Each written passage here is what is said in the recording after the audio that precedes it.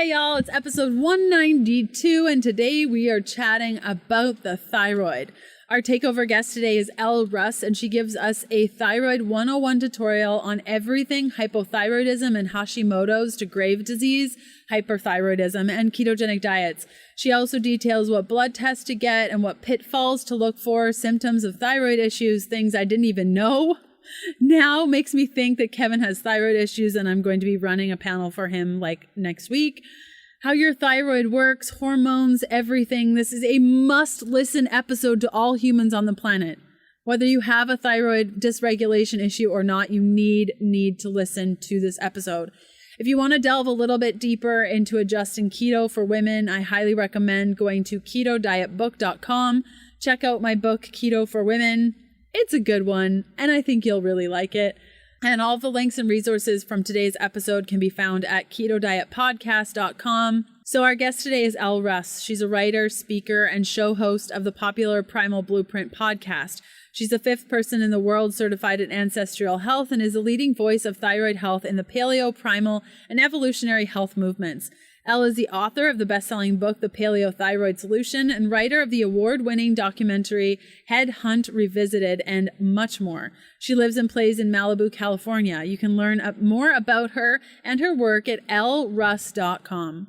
Okay, Elle is taking over the show. I am sliding the microphone over to her, and she is going to drop so many knowledge bombs on you. Get a notebook, get a pen, a highlighter, a tea, a coffee, something, a water. I don't care. You're going to need to write some of this goodness down. Okay, let's do this thing.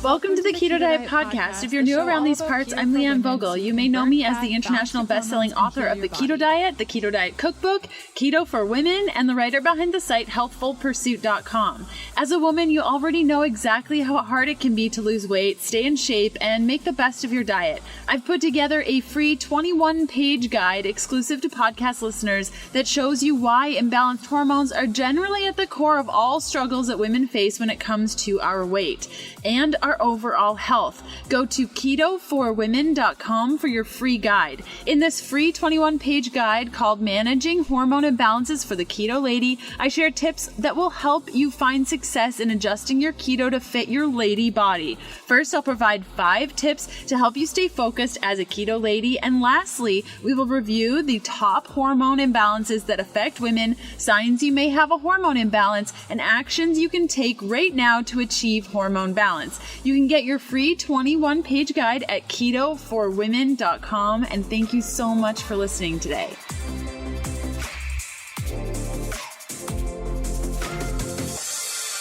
Hey everyone, I'm going to give everyone a tutorial here on the thyroid gland and how it works. It is the most important gland in your body. It is in charge of the production and regulation of all of your sex hormones, your body temperature, and your ability to burn fat. So, if you've tried every single diet in the world, including keto, and nothing works and you keep getting fatter, you absolutely have to look at the thyroid. I will talk about thyroid and keto later on in the show, but for right now, I really want to impart the importance of thyroid health. So aside from your temperature, ability to burn fat, the production and regulation of your sex hormones, also brain function. We have more receptors in our brain for the biologically active thyroid hormone than anywhere else. It's why thyroid patients, when they're hypothyroid, meaning underactive, have very compromised brain function, including some limited cognitive skills or cognitive skills being thrown off, like having dyslexia of the mouth, not being able to say certain words or trying to search for the words or mixing up those words backward, having to, reread a paragraph over and over again because you cannot retain the information, forgetting numbers, etc. Those are some symptoms that happen in the brain. And I'm going to talk a little bit about, I have over 47 symptoms in my book and I had over 30 of them, but here are some classic ones. First of all, the inability to lose weight, no matter what you do. That is a major sign of mitochondrial dysfunction and also impaired thyroid function. So if you've tried everything in the world and no matter what you do, you cannot burn fat, this is probably why. Aside from burning fat, let's go to the gynecological stuff. anytime a woman has an issue where they're diagnosed with polycystic ovarian syndrome, or maybe it's infertility, maybe it's miscarriages, maybe it's ovarian cysts, endometriosis, etc., we all have to look at the thyroid gland immediately. As a side note, I was misdiagnosed with polycystic ovarian syndrome at one point. It really looked on the ultrasound like I had it, but the question was, what caused it? And it was my thyroid problem at the time, and I've been perfectly fine since. So anytime you're diagnosed with anything gynecologically that's off, or even if you notice your sex drive's off, or you have really heavy periods with cramps or terrible PMS, this is also all related. And often with women, although hypothyroidism and thyroid issues affect men and women, it is disproportionately a women's issue. So a lot of women will notice one of the first symptoms will be off, and it will be in some gynecological form, and that will be unique to each person. The other is being freezing all the time. So cold hands and feet, but to the point where you're internally chilled. Your hands and feet should never be burning hot, but again, you would know because you would be the person that's always freezing cold, like even in the middle of the summer. That's an indication. You can take temps at home, and I discuss this in my book, where you can pretty much diagnose a thyroid and or an adrenal issue by taking regular basal and afternoon temps. This is really key. What are we looking for? For basal temperature, we're looking for something between 97.7 and 98.2, or 97.8 and 98.3. For an afternoon temperature, we are looking at 98.6 degrees Fahrenheit. It doesn't have to be exactly there, but when I was hypothyroid and very sick before I got better, I was 96 degrees all day long. It never even got close. That's a major indication. Hair falling out. The loss of hair in a substantial way is another symptom. Acne, anything that goes wrong with your skin that didn't before. Dry, cracked heels, one of many, but a classic hypothyroid symptom is dry, cracked skin on an inner pointing index finger, usually your right hand. Not sure why this is the case, but I've known too many people, including myself, where that has shown up when you're hypothyroid. The other symptoms can be anything from inner itching of the ears to thickening of the skin. You can have itchy skin, dry, cracked skin. And again, there's so many symptoms from restless legs to heavy legs. Let me talk about heavy legs. Heavy legs is usually low ferritin, iron storage, and or thyroid issues. Heavy legs is when each time you take a step, you feel like you're walking with, cement legs. And it's just a very obvious feeling. If you're out there and you feel it, you know it. And the other is restless legs, and that is also usually attributed to low ferritin or low iron storage. I had restless legs. It's very, very disconcerting when at night you sort of can't seem to get comfortable. You're adjusting your legs constantly, and it feels annoying. If you have that, then you need to look into a thyroid issue and or low ferritin, which is iron storage. Back to today's episode in a sec. So you know that for a long time, I did not fast on my ketogenic diet. And not until recently, with my hormones balanced, have I started incorporating fasting into my daily routine. It can help with insulin sensitivity, blood sugar, triglycerides, blood pressure, cholesterol. But for me, it just makes my life so much easier and I feel so much better. And there's nothing like practicing yoga fasted. I've absolutely been loving Peak's fasting teas to help me with my fast. Now, they were developed by #1 world expert in intermittent fasting, Dr. Jason Fung. I've always loved Peak tea because of their commitment to quality. Unlike conventional tea bags or bottled tea, their teas are triple tox screen for heavy metals, pesticides, and toxic mold. They are organic, GMO-free, sugar-free, and preservative-free, and deliver up to 12 times the antioxidants of regular teas. My personal favorite tea is their recently launched cinnamon herbal fasting tea. Just add the single-serve packets to cold or hot water. They really help curb and reduce my hunger pangs and give me unparalleled energy and clarity to last me through the day. Peak Tea has extended a special offer to all podcast listeners. Go to peaktea.life/Leanne, that's Peak, PIQUE, for up to 10% off and save over $20 on their fasting tea bundles. These teas never go on sale, so this is your chance. Again, it's peaktea.life/Leanne, and enjoy. Okay, back to today's episode. So I'd like to go into a tutorial about how the thyroid works, what the thyroid hormones are, what they mean, and what tests you need to get to properly assess whether or not you have a thyroid problem. So I'm going to go through all of the thyroid hormones and how they work. And at first this might seem daunting, but I guarantee that it's logical, and I will make sure to wrap it up in a way that you understand.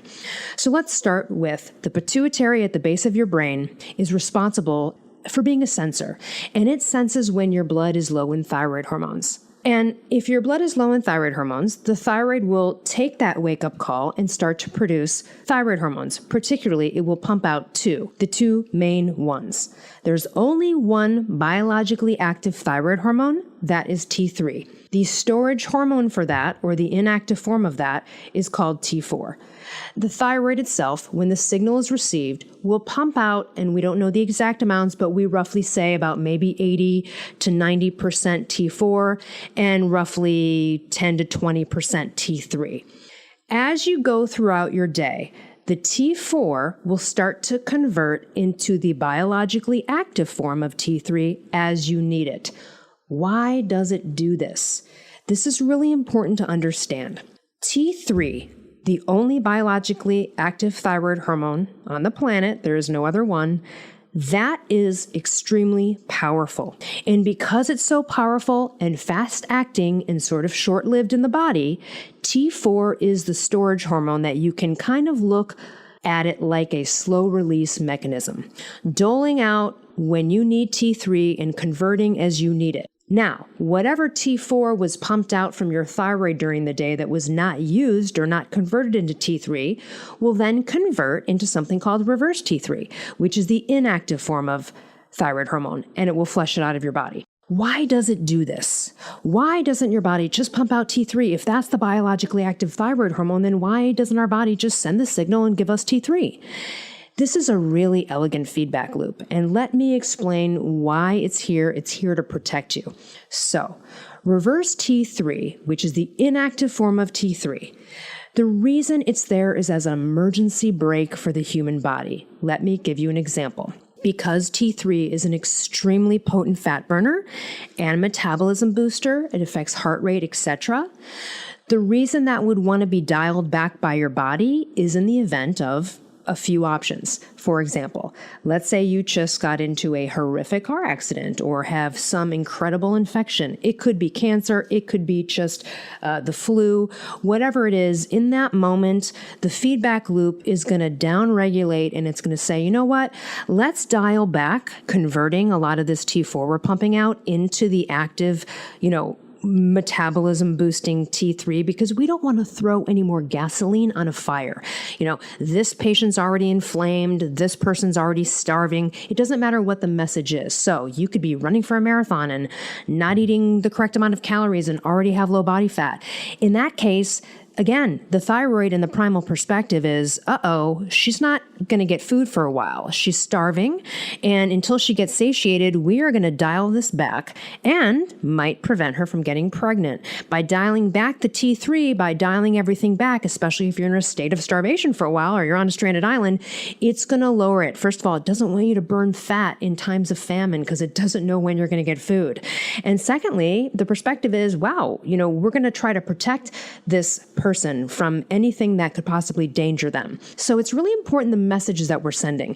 You can really get hypothyroidism by being on a low-carb, low-fat paradigm, not satiated. That's what happened to me. You can over-exercise and stress yourself out into a thyroid problem. It doesn't matter where the messages are coming. You could be up late every night drinking and smoking and partying and ruin your adrenals and get stressed out, or be in a very stressful legal battle. It doesn't matter what the message is. Stress and food and nutrients are signals to the thyroid. And that is why I wrote the Paleothyroid Solution, so that everybody could get to the right primordial baseline and platform to have thyroid hormones work properly, be metabolized properly to avoid problems. And also, if you are taking thyroid hormones, you're going to want to go down the road of high fat, moderate protein, low carb paradigm. And you might then at a different stage want to take it further and go keto. So this is what happens. Again, TSH signal is sent from the pituitary, says, yo, wake up thyroid and produce the thyroid hormones. The thyroid then will produce mostly T4, a little bit of T3. Throughout the day, as your body needs T3, it will convert into the T3. And whatever's not used will be flushed out of the body via a system called reverse T3, like I just explained.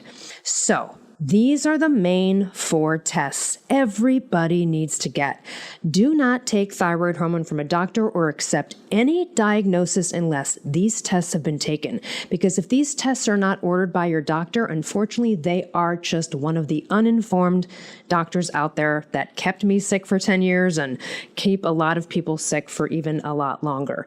These tests are TSH, thyroid stimulating hormone, free T4, as in freedom, F-R-E-E, free T4, free T3, reverse T3. Those are the main 4. Now, you always, when you're initially assessing thyroid issues or potential, you want to get 2 Hashimoto's antibody tests tested. And I'll talk about Hashimoto's in a minute, but these 2 antibody tests, a lot of doctors only know about one of them. You can be positive for one and not the other. So it's really, really important to get both of them tested. So one is called thyroid peroxidase antibody, stands for TPOAB. The other one is thyroid globulin antibody, that's TGAB. So the 6 main tests, anybody who suspects they might have a thyroid issue, you need to get these 6 tests. TSH, free T4, free T3, reverse T3.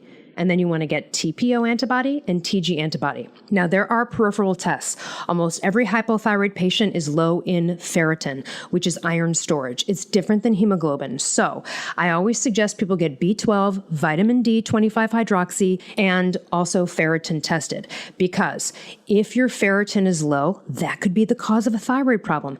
Ferritin, which is iron storage, essentially you can look at it like, if you don't have enough iron storage, your own thyroid hormones that are working great or the ones that you're swallowing every day, like me, won't get to where they need to go without proper iron storage. Why are most hypothyroid patients deficient in iron? Well, first of all, a lot of us are women because it's disproportionately a women's issue, but men do get low in ferritin, and here's why. The body cannot hold on to nutrients when it's hypothyroid, so this is where it starts. You start eating, your body produces less hydrochloric acid to break down the nutrients in the food. Then you already have compromised digestion and slow digestion, usually with hypothyroidism, which is why constipation is a huge symptom. I forgot to mention that earlier. And so now you're not absorbing the things that you're eating and taking, and you're not getting the proper nutrients from it. Furthermore, if you're a menstruating female and the hypothyroidism has caused excessive bleeding, etc. during periods, then you're going to be losing more iron than most. So it's really important to get ferritin, vitamin D, and B12 tested along with that. So that's about 8 tests right there. Now there's lots of other diagnostics you can do because a million things cause a thyroid problem. Like I said, it could be stress, lack of sleep. It could be a nutrient deficiency in selenium. It could be an iron deficiency.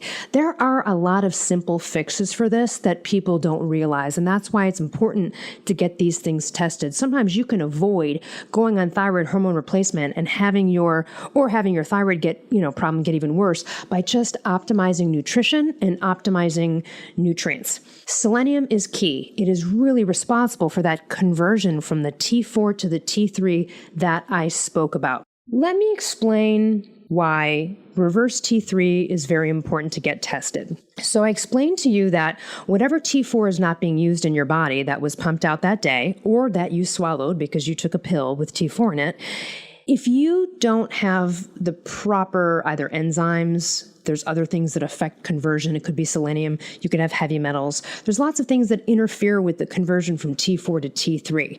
But the reason we check the reverse T3 is this. If you're a patient who's only getting TSH, free T3, and free T4 checked, we don't know for sure if that T4 is really converting properly.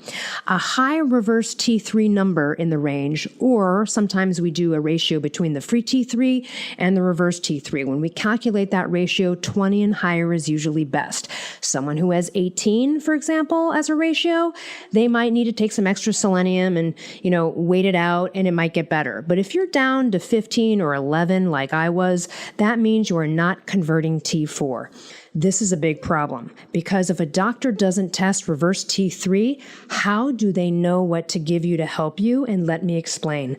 T4 is the only thing that converts into the inactive form. So here's what a reverse T3 problem looks like. You're either your own thyroid hormone is working normally and pumping out the proper levels of T4 and T3, or you're taking T4 as in Synthroid or levothyroxine, or you're taking T4 and T3 together, such as natural desiccated thyroid, like Armour and Nature-Throid, which is dried pig desiccated gland. It is a prescription.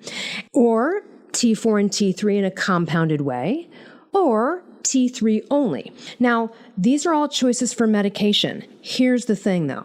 T4 is the only thing that converts into reverse T3. So if you have a reverse T3 problem like I do, someone giving you T4 is going to continually send you down a path of keeping you sick and hypothyroid. And I see this every day because a doctor failed to understand reverse T3 and test it. And this happened to me. I had to fix my own hypothyroidism bouts 2 in a decade by myself without a doctor. And that was the last issue that I had, and I still do. So I take T3 only as a patient, which is the very last resort of thyroid hormone replacement, because we want this elegant feedback loop to work the way it should in terms of having that T4 convert and decide for you.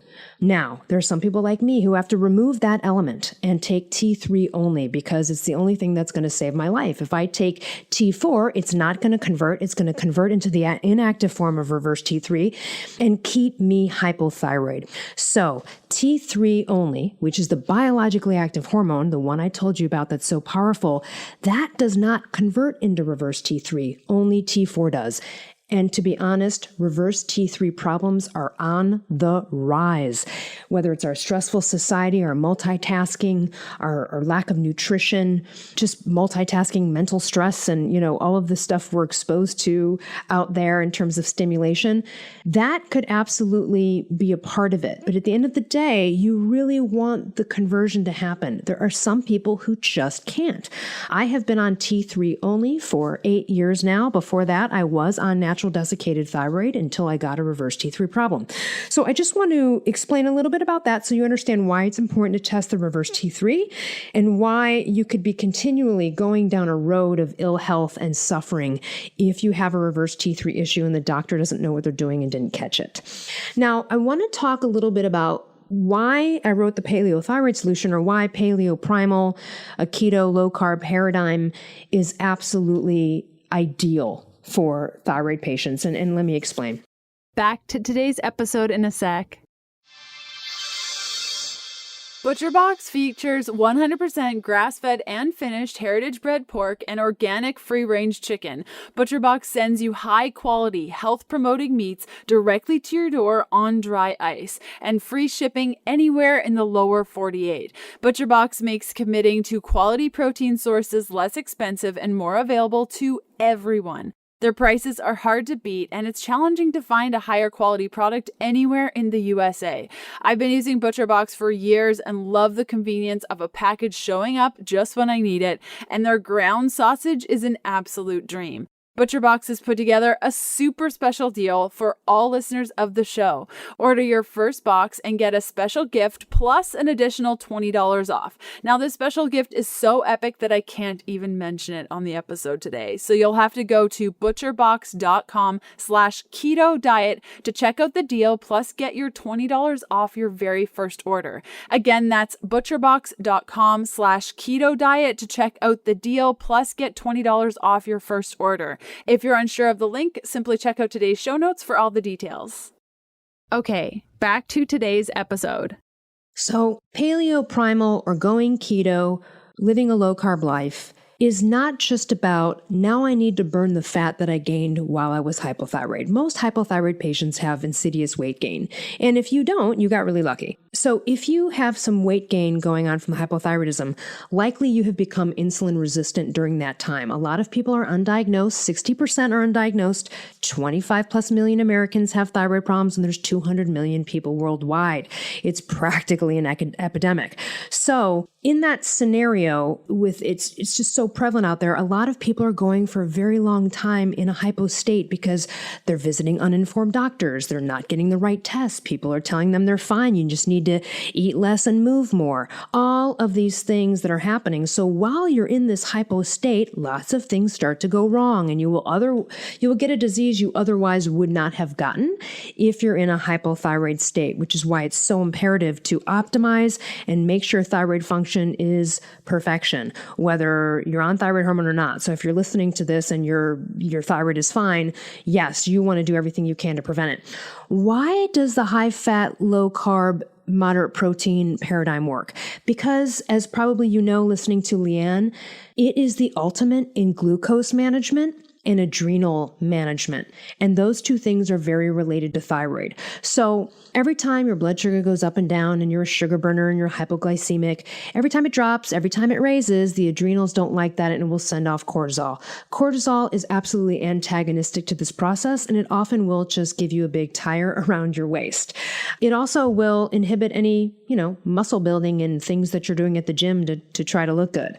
So it's really important to also understand, and I want to get into Hashimoto's in a minute. So that is why, because most people become insulin resistant, this will take you out of it, but it also is the ultimate in the metabolization of your own thyroid hormones or the ones that you're taking. So if you want this whole system to work right, the ancestral paleo-primal paradigm, the high-fat, moderate protein, low-carb paradigm is the way to go. Now, let me get into keto for a second. First of all, low-carb diets and keto does not cause a thyroid problem. There are absolutely no studies. There's no evidence. I challenge anyone to email me about it.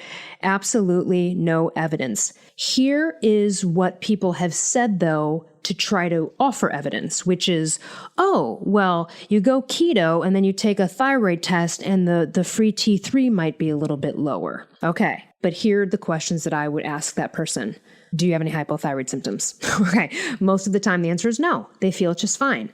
The reason for that is that as you go down the road of becoming more metabolically efficient, you will become more calorically efficient, meaning running on less calories than you once needed as you go down this road. Once you become calorically efficient and metabolically efficient, you also become T3 efficient, and you might need less to function. I know people right now that were once on 60 micrograms of T3 only per day, and when they stay keto, they only have to take 25 micrograms. So again, and that's for a T3 only patient, but it doesn't cause the problem. You have to also understand, people that go to keto and low carb often do it wrong. For example, people will go to keto and they're just so excited about this new profound, appetite satiation and lack of hunger that they can take it a little bit too far and not get enough calories. And in those situations, you are sort of sending that starvation signal. If you do it for too long, it might go ahead and start to dial back. It might kind of give that message to your thyroid, hey, she's starving, not going to find food for a while, so let's dial back this T3 pump out. We're going to make this T4 she's pumping out convert into the inactive form, reverse T3, and just give her a little bit of T3 because we don't know when she's going to get food next. I mean, that literally is what's happening, and it sounds weird to personify a human body, but your body's always trying to save you at every given minute. That's what type 2 diabetes is. If you got type 2 diabetes and you got fat, your body is trying to save you by pushing all of that glucose into the fat cells. So you have to understand that your body's not working against you. It's always trying to help you. What messages are you sending to it? Let me explain Hashimoto's. So Hashimoto's is an autoimmune form of thyroid issues.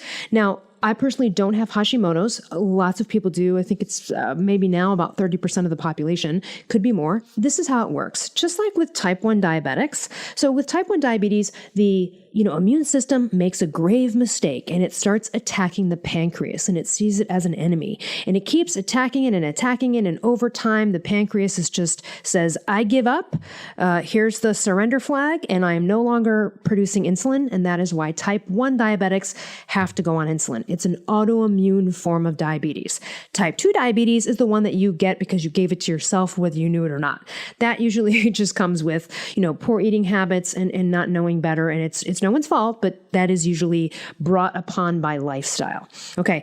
Now, Hashimoto's is an autoimmune disease. So like type 1, the immune system makes a grave mistake and it starts to attack the thyroid gland, and it will breed huge symptoms and hypothyroidism, but also will eventually erode and atrophy the thyroid because it's really trying to kill it and destroy it.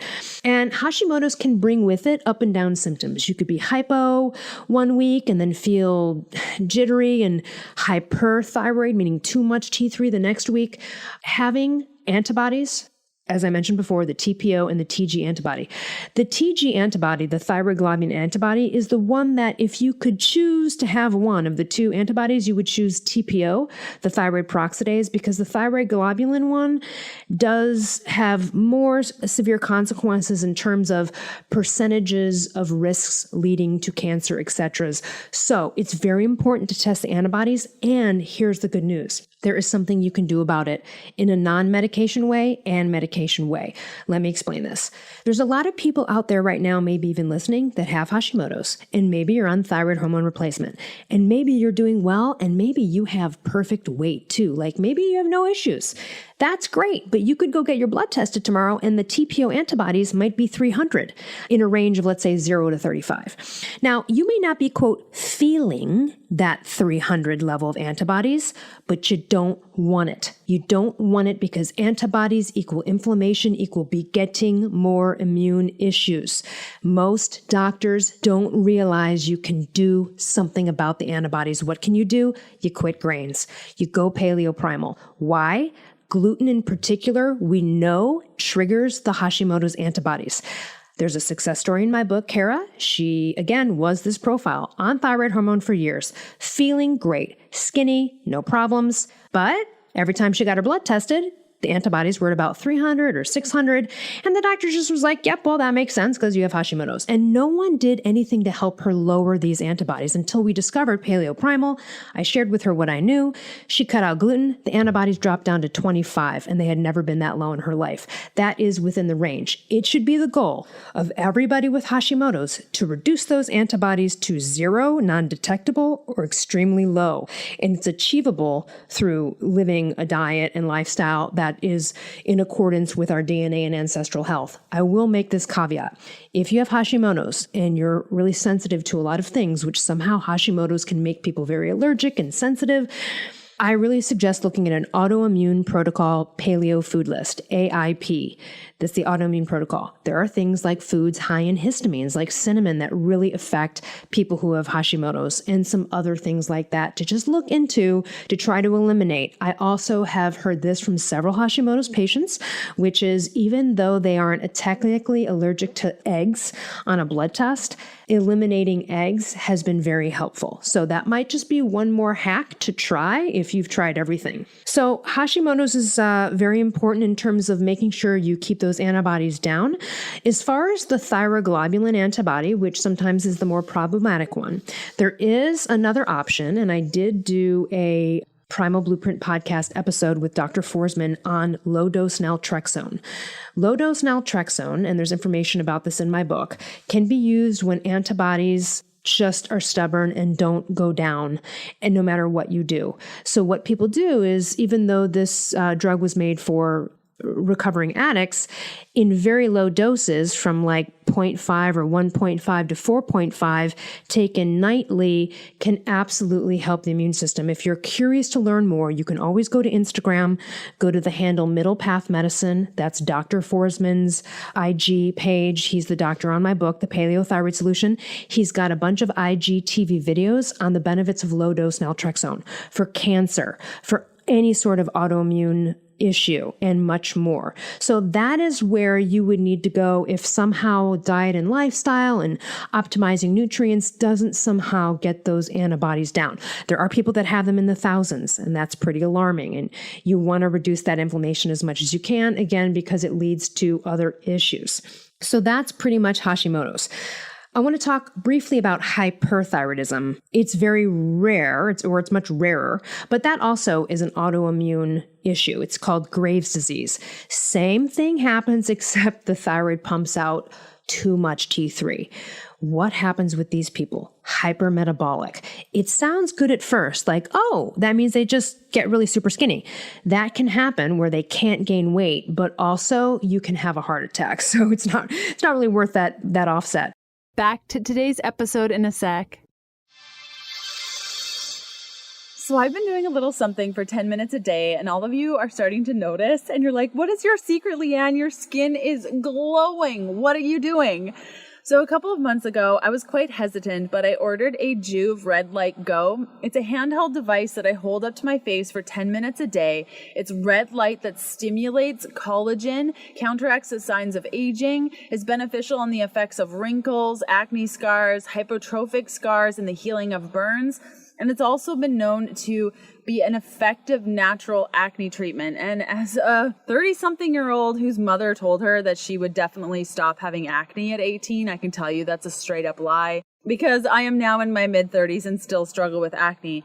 But for the last couple of months since I've started using my Juve Go every morning for 10 minutes, my acne has gone away. My scars from way back in the day are healing, and my skin has this wonderful, beautiful glow. So if you're wondering, what is this thing? How do I do it? It's a handheld device that emits red light. I put it close to my face every morning for 10 minutes. It's a rechargeable light. It lasts about 10 days on one charge. So you just hold it up, 10 minutes, relax. When it turns off, you go about your day. You can find out more by going to joovv.com/keto. That's JOOVV.com/keto. Click on shop and choose targeted devices. Now, if you want the device that I have, it's the Juve Go Red model, and that'll help boost the collagen in your face, reduce the fine lines, acne scarring, and all that amazingness.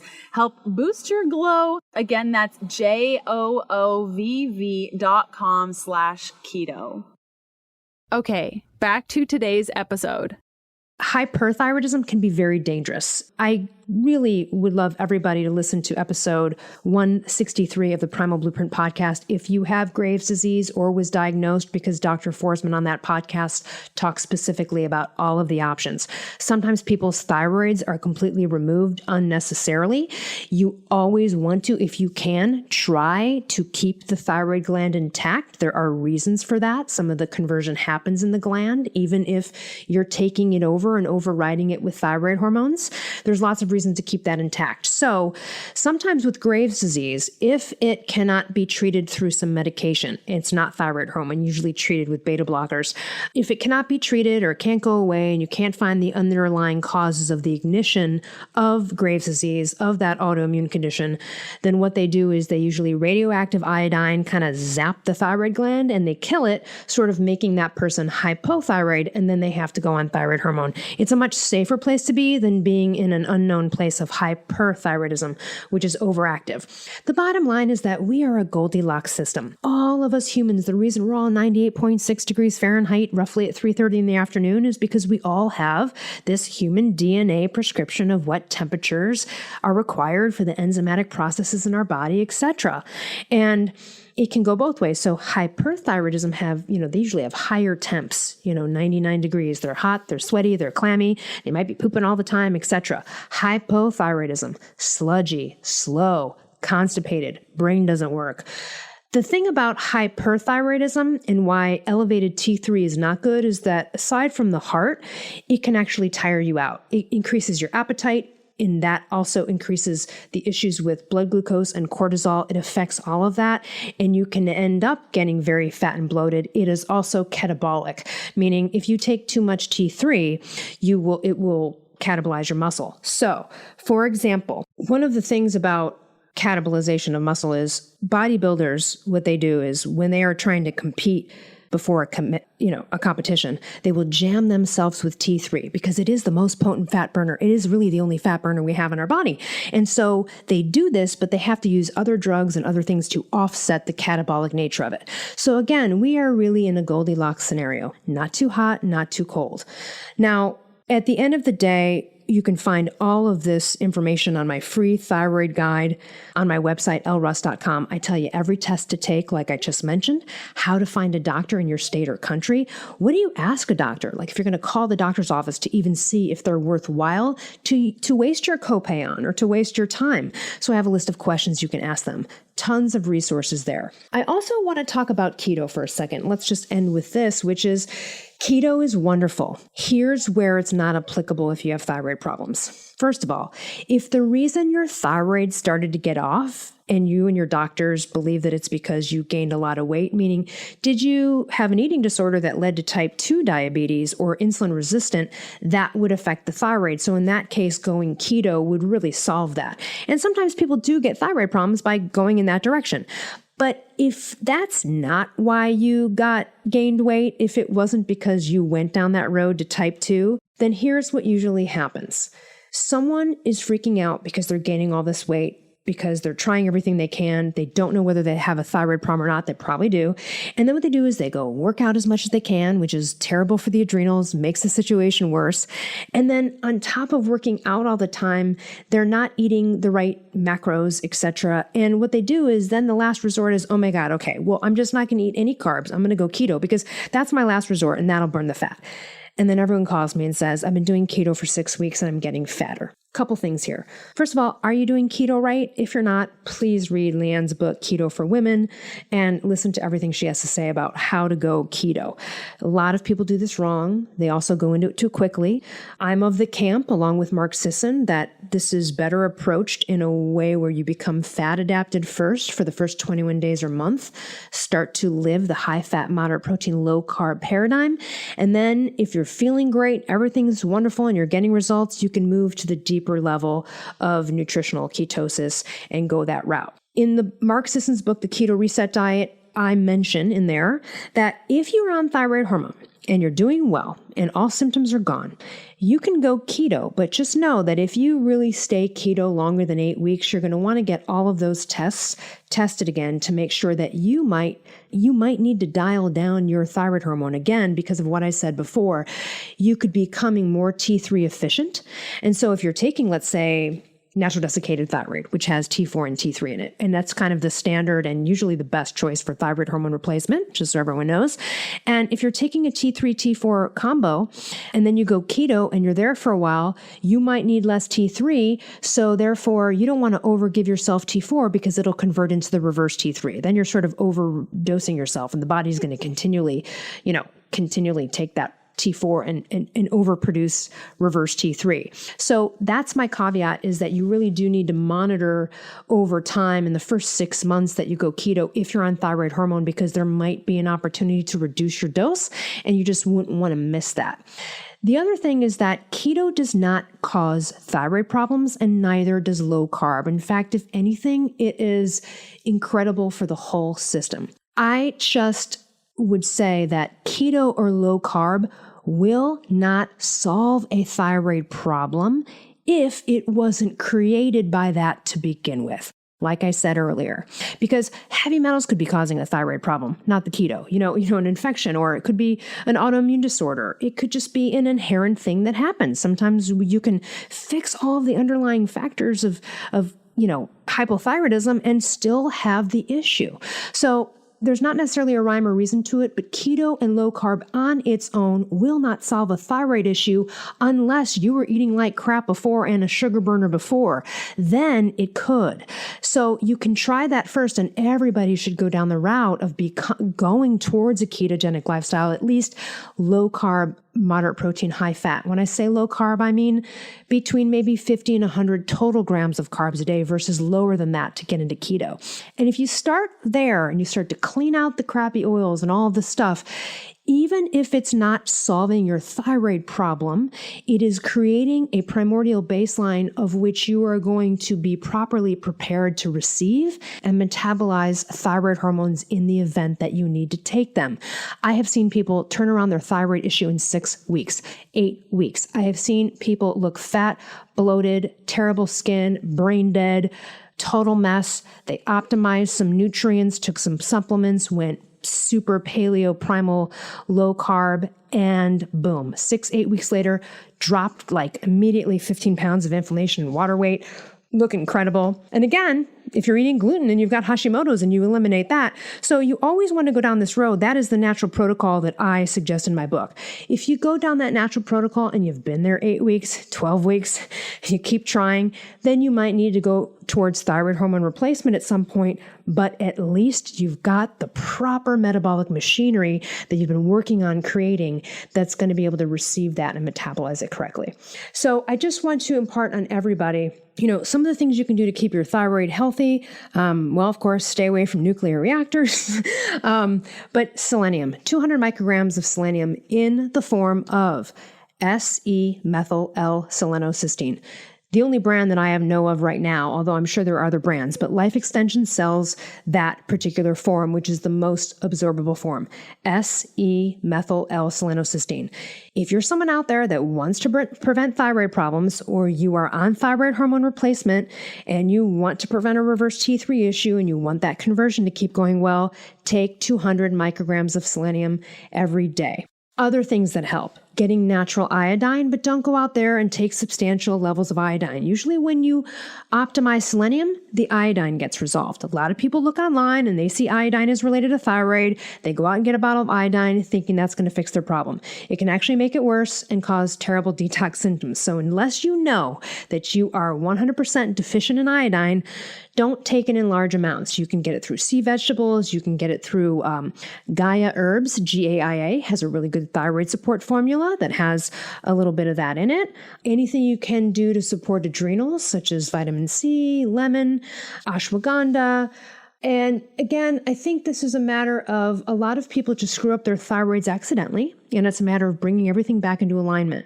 And if that doesn't work, then again, at least you are at the space where now things are going to be able to get fixed because you've eliminated some of the underlying soup of it all, which is, again, getting rid of the crappy oils, the grains, the carbs, the gluten, etc., the grain-fed beef, the nitrate-filled bacon, all of that stuff.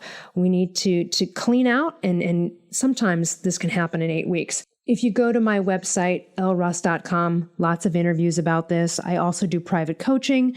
You can go to Amazon or Barnes & Noble to get my book, The Paleo Thyroid Solution. And again, I offer a free thyroid guide with so much in-depth information on my website, and happy to answer questions for anybody out there.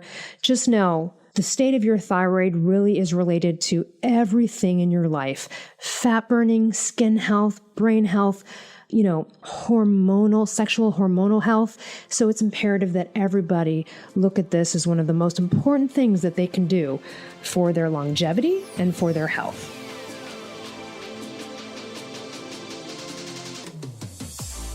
Thanks for listening to the Keto Diet Podcast. Join us again in a couple of days to discover more keto for women secrets for your fat-fueled life. The Keto Diet Podcast, including show notes and links, provides information in respect to healthy living, recipes, nutrition, and diet, and is intended for informational purposes only. The information provided is not a substitute for medical advice, diagnosis, or treatment, nor is it to be construed as such. We cannot guarantee that the information provided on the Keto Diet Podcast reflects the most up-to-date medical research. Information is provided without any representations or warranties of any kind. Please consult a qualified physician for medical advice, and always seek the advice of a qualified healthcare provider with any questions you may have regarding your health and nutrition program.